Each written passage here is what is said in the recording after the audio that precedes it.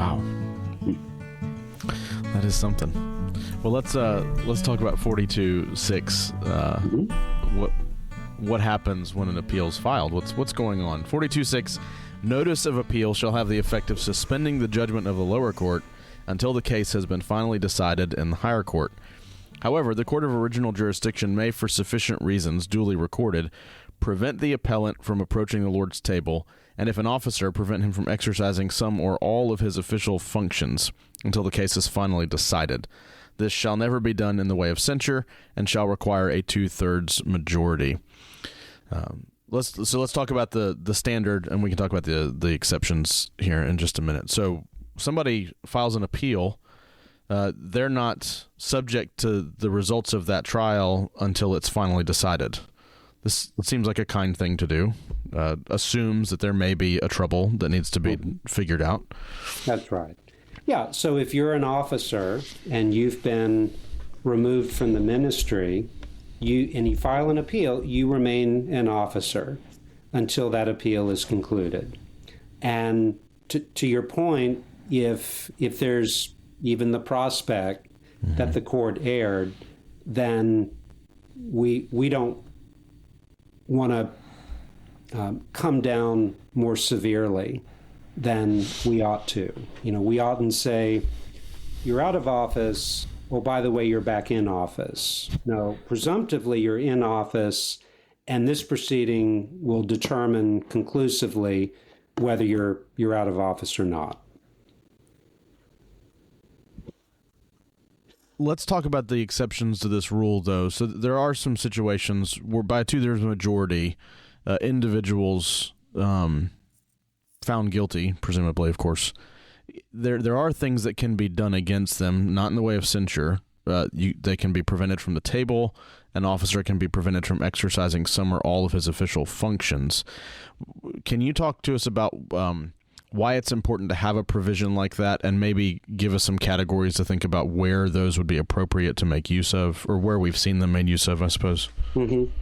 Yeah, I think the important thing is that these actions are not censures of the court. So they're administrative, and that means they're not done by way of discipline, they're done for other ends.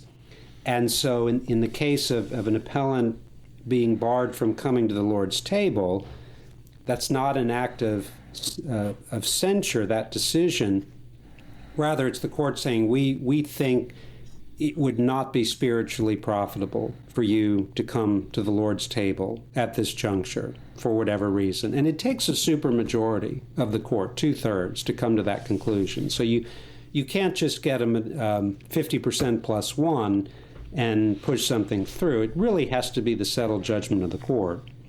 Similarly, an officer exercising some or all of his official functions, maybe the matters relating to this particular set of issues that comprise the heart of this trial and with it the appeal, maybe those matters are matters of sensitivity, or maybe they've caused some scandal, and it would just be better for this man's reputation, the credit of religion, the peace of the church, for this person to step back, not engage himself in some or all of his functions of ministry until the matter's concluded. Because what's happening at this point is the church is not saying, we agree with you, we disagree with you. It's, we're willing to let you make the case and persuade us that the court erred. And that has to be done in a way that respects these broader considerations we just mentioned of the church. What's interesting, in the Southern Presbyterian Church, it viewed it in their BCO that it was a censure that they were continuing. And so it seems that in the PCA we softened that a little bit, because the PCUS's BCO in this section says the court may, for sufficient reasons duly recorded, put the censure into effect until the case is finally decided.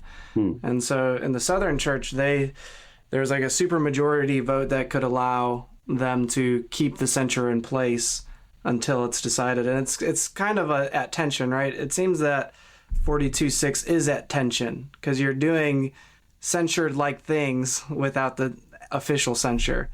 It's the same with, I think we have another part that we're amending in our BCO this year about administrative leave. And it's like, well, it's not an official censure, but there are repercussions, financial repercussions, reputational repercussions.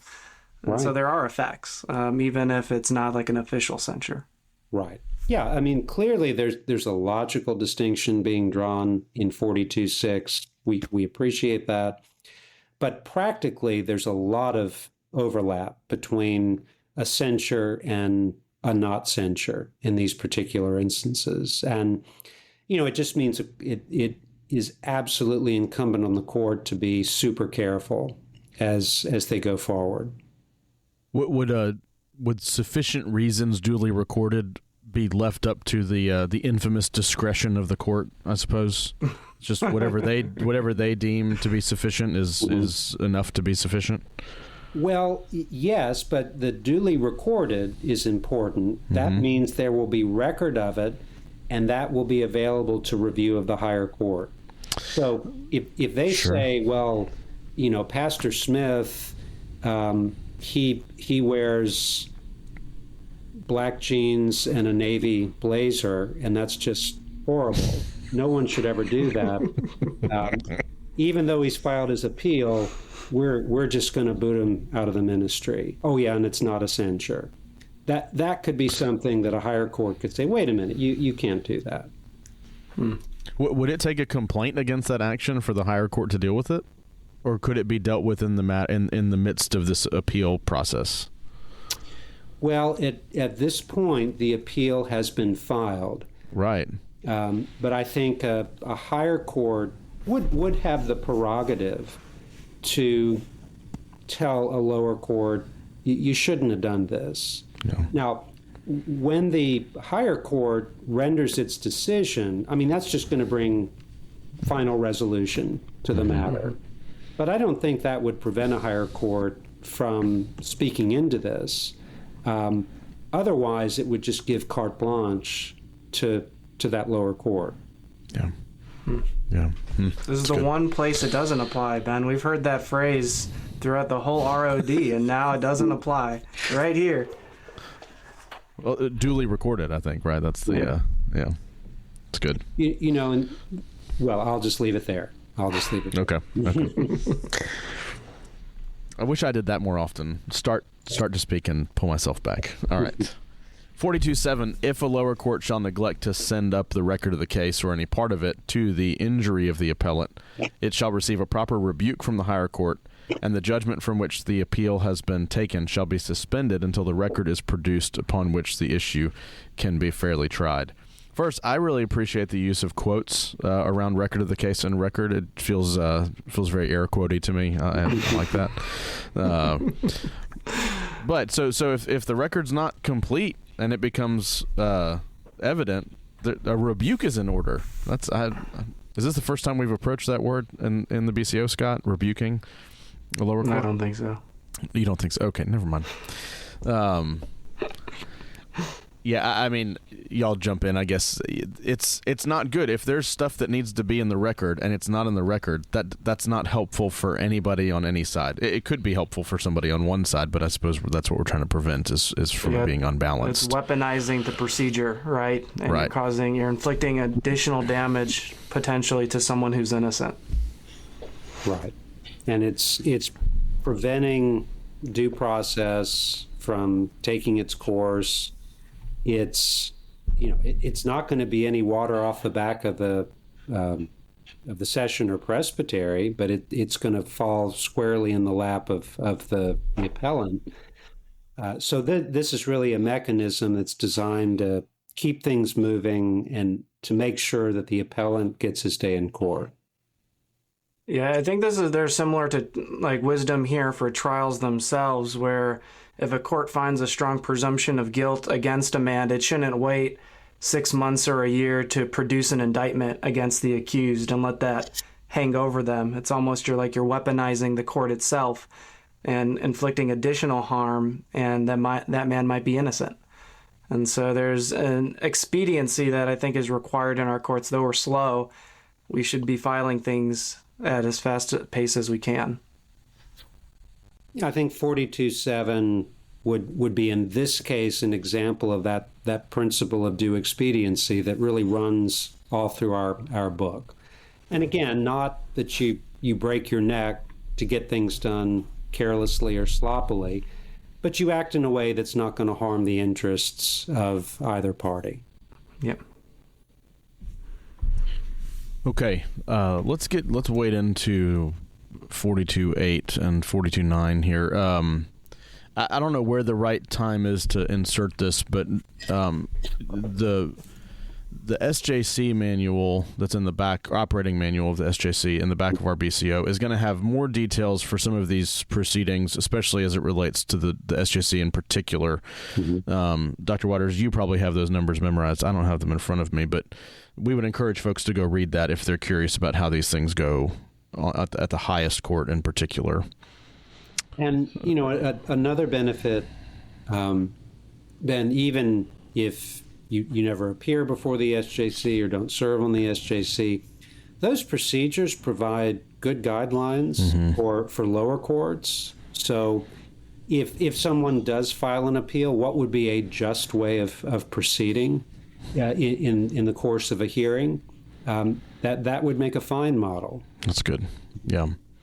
So if this next part is something you're dealing with, listeners, you can go down to that operating manual and get more details even than there are here. But for now, let's look at these.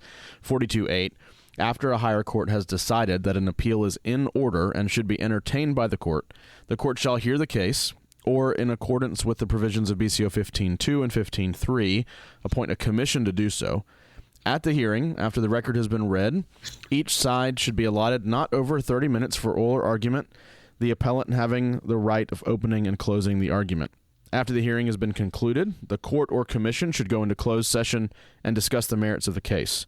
The vote then should be taken, without further debate, on each specification in this form. Shall this specification of error be sustained? If the court or commission deem it wise, it may adopt a minute... Am I reading this right? A minute explanatory of its action, which shall become a part of its record of the case. The court or commission shall designate one of its members to write the opinion, which opinion shall be adopted by the court or commission as its opinion. Sometimes these words are so much smarter than me that they don't even make sense in my brain. There they are. Not words we use at Walmart. Well, that's where I shop. So there's a bunch of Walmart people over here.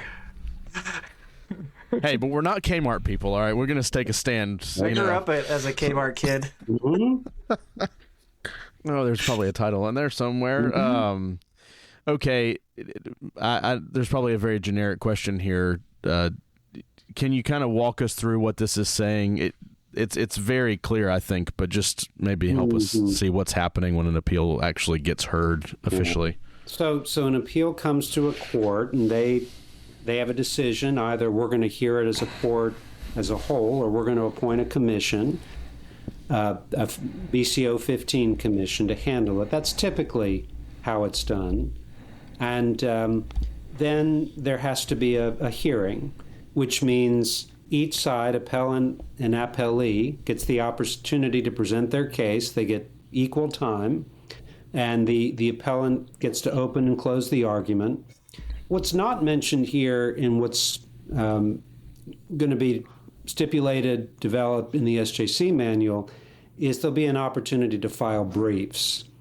And so each side will get to say in writing why they believe the judgment should be overturned or why the judgment should be sustained. And at that hearing, the commission or the court will have opportunity to ask all the questions that they want. Then the hearing is done, they dismiss the parties, and then they go into closed session, they discuss the case, and then they have a job to do at that point. We mentioned an appeal has written specifications of error, and each specification has to be addressed. And if they answer yes or no, they they don't have to, adopt what's called a minute explanatory, which is just, here's our reason. And it could be lengthy, it could be brief, but here's why we believe this specification should be sustained, should not be sustained. And then that draft, after it's edited, approved, that becomes the decision of the court. And could you define specification? Mm-hmm. What is a specification?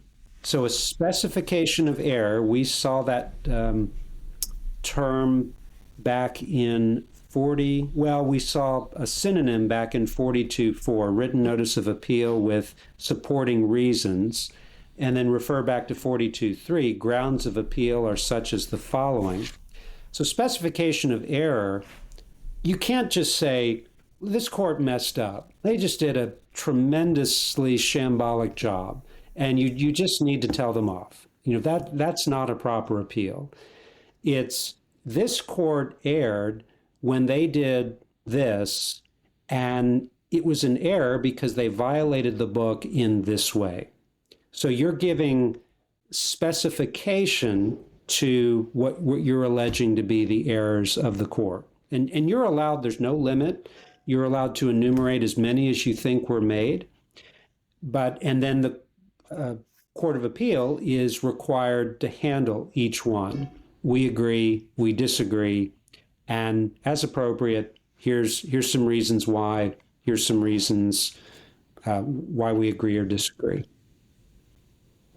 Listeners, you could go back to listen to our episode on 32.5, which speaks to indictments, but that's where it gets into specifications related to indictments. At times, places, circumstances should be particularly stated that the accused may have an opportunity to make his defense. We're really just holding the appellant to the same standard as they bring their case up. You got to tell us where it happened and what's going on. Is it possible, and maybe we should start to make this argument, that it's minute explanatory? So it really just needs to be very, very brief explanation of why they say yes or no. Maybe that would cut down on our pages a little bit. It could, but alas, it is minute. Alas. Potato. Yeah. No, it definitely does not mean minute. I can guarantee that. There's no way. Good. I think that's helpful. If we move along to 42.9, the decision of the higher court may be to affirm in whole or in part, to reverse in whole or in part, to render the decision that should have been rendered, or to remand the case to the lower court for a new trial. In every case, a written opinion shall be prepared, and a copy of the opinion and judgment entered will be delivered personally or mailed to the lower court and the appellant, with a written receipt required. Mm-hmm. So this tells us what the higher court is allowed to do in response to the appeal. Mm-hmm. Could we, if it's not too much, could you walk through each of these, is it 4? I think I count 4 options and kind of explain what they mean. Sure. And these are overlapping categories. Bear that in mind.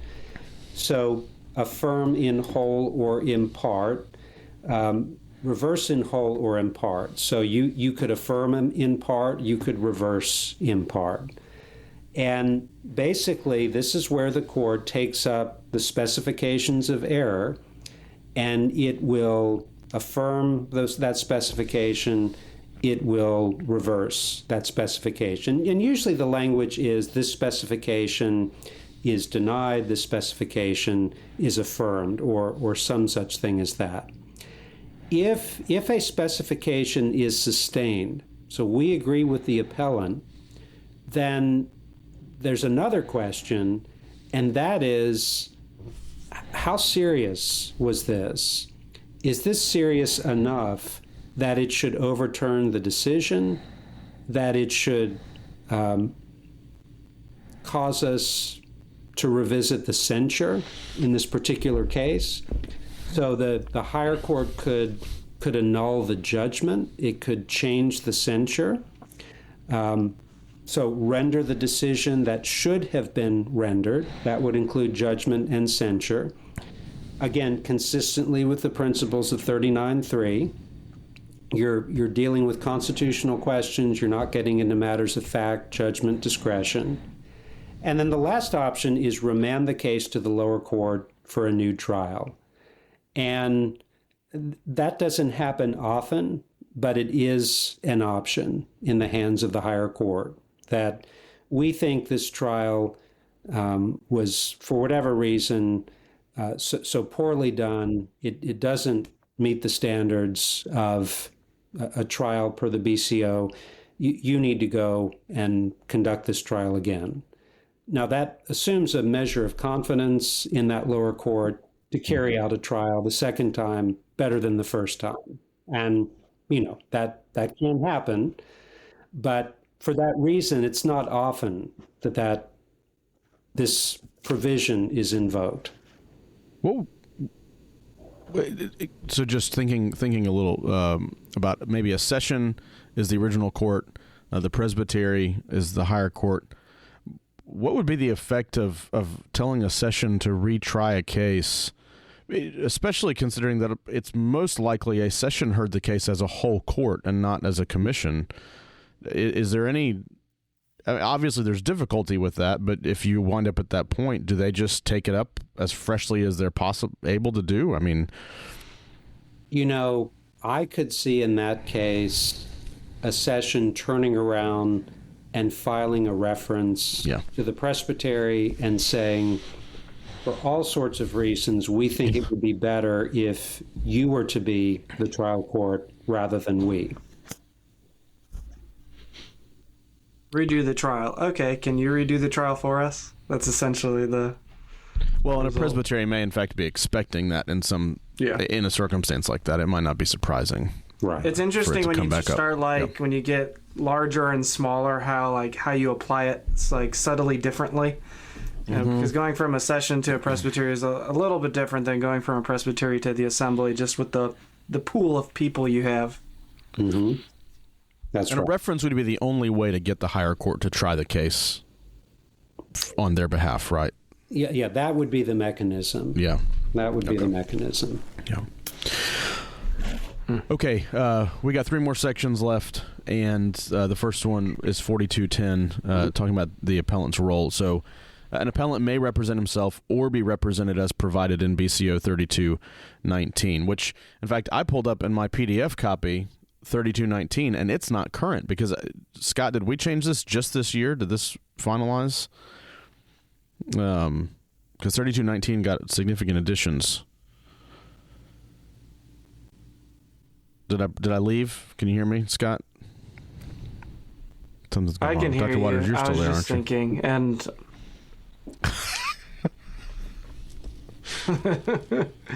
You're just thinking? Did you hear me? yeah, I could hear you. Sorry, my internet's probably the laggy one today. Oh, okay. This just got changed, right? Yes, it did. Okay. Expanded upon. I could just kick you out and just keep talking to Dr. Waters is what I'll do if this if I just turn into a robot. Yeah. Hey, Dr. Waters, let me ask you this before we talk about the other options. Yeah. Are there benefits or are there pros or cons to an individual representing himself when he files an appeal? Yeah, absolutely. I mean, an appellant, again, is someone who's been found against by a church court. It doesn't mean that they're knowledgeable in the BCO. It doesn't mean they're articulate. And they may want to enlist the services of someone eligible who knows the book, who has experience litigating, who's able to communicate, and in a way that would be removed from the passions that can come when you're personally involved in a matter. That would be another consideration. We're now with a representative, we've got someone a step removed. I mean, they're an advocate, but at the same time, they're not directly involved as the appellant is. So all of those, again, the provision is designed to make sure that the appellant makes the best case possible for his position. We don't want to disadvantage an appellant just because of circumstantial reasons. We want to give him the best leg up because if his cause is right, then that cause ought to prevail, and it shouldn't fumble because of these other matters. And so those people available, just to refresh our listeners on the change that has recently been made, if you're represented before the session of the presbytery, you can have anybody that's in good standing in a church in the presbytery or a teaching elder from the presbytery.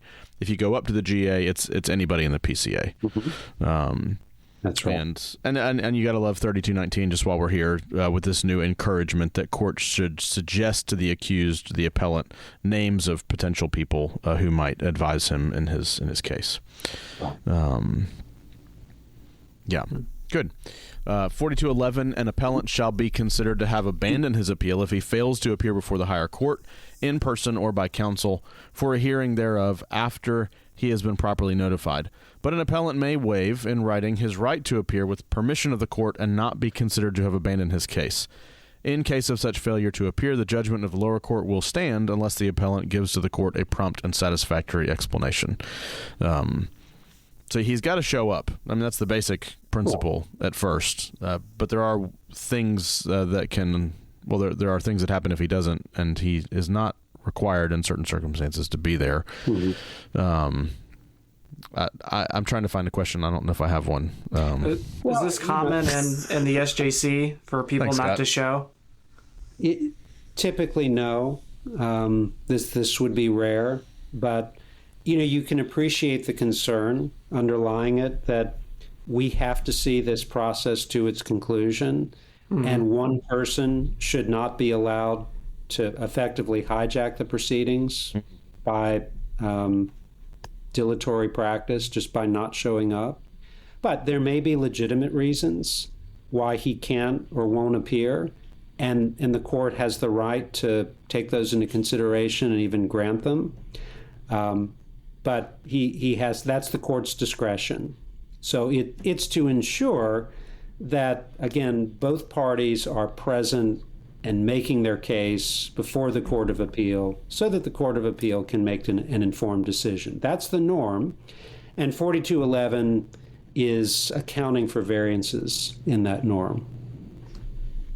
Yeah, I would think it's more common that if someone's not showing up, they're not showing up for their original trial. If they're not showing up intentionally, it's going to be the thing that leads to contumacy.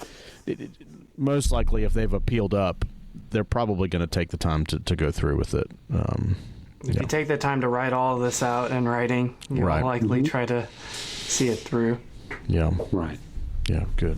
Well, 4212 is a little surprising, perhaps. I don't know. If an appellant manifests a litigious or otherwise unchristian spirit in the prosecution of his appeal, he shall receive a suitable rebuke by the appellate court. So there's attitude to be considered in all of this. You can't just you may need to be rebuked if you've got a bad attitude about all this. Mm-hmm. What's the significance of this paragraph? Mm-hmm. Well, I think it's accounting for a couple of complementary considerations. One is that the appellant does have the right to make his case known. He does have the right to be heard, and the Court of Appeal just can't be dismissive because they don't like him. But that doesn't give the appellant the right just to sound off and say anything he wants and treat the other party or the Judicial Commission or whatever any way that he wants. That he can receive a suitable rebuke by the appellate court. He has to carry himself in a Christian fashion, because the purpose of this process is not to unleash my passions against the session or presbytery. It's to make a reasoned case why this court was in error. It's good. Seems like this is kind of compatible with 31.8, with great caution being exercised to the accusations of those who are malignant. It seems like this is they kind of go hand in hand.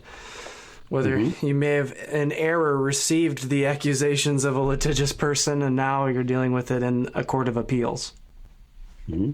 Yeah, it's the same principle that character matters in the proceedings of the courts of the church, and that's going to bubble up in various different ways. Well, Scott, before we close out, do you have anything else you'd like to bring up or discuss or ask our guest about 42? Why are you laughing? Chapter. It's a long chapter. Mm-hmm. A lot to go through. Yeah, we might have a split up episode. I don't know. I've got to figure it out. Well, good. Well, I think we're finished up, and we should, as Kmart shoppers everywhere would say, this podcast is over. Thanks for joining us. If you're interested in learning more about what we've discussed, you can check the show notes. There's probably going to be a couple links down there.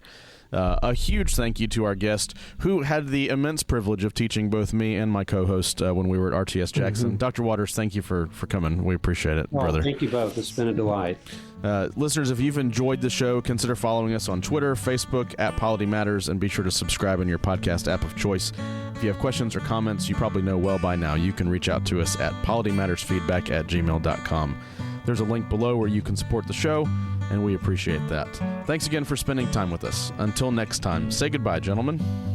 Goodbye, gentlemen. Y'all take care. Mm.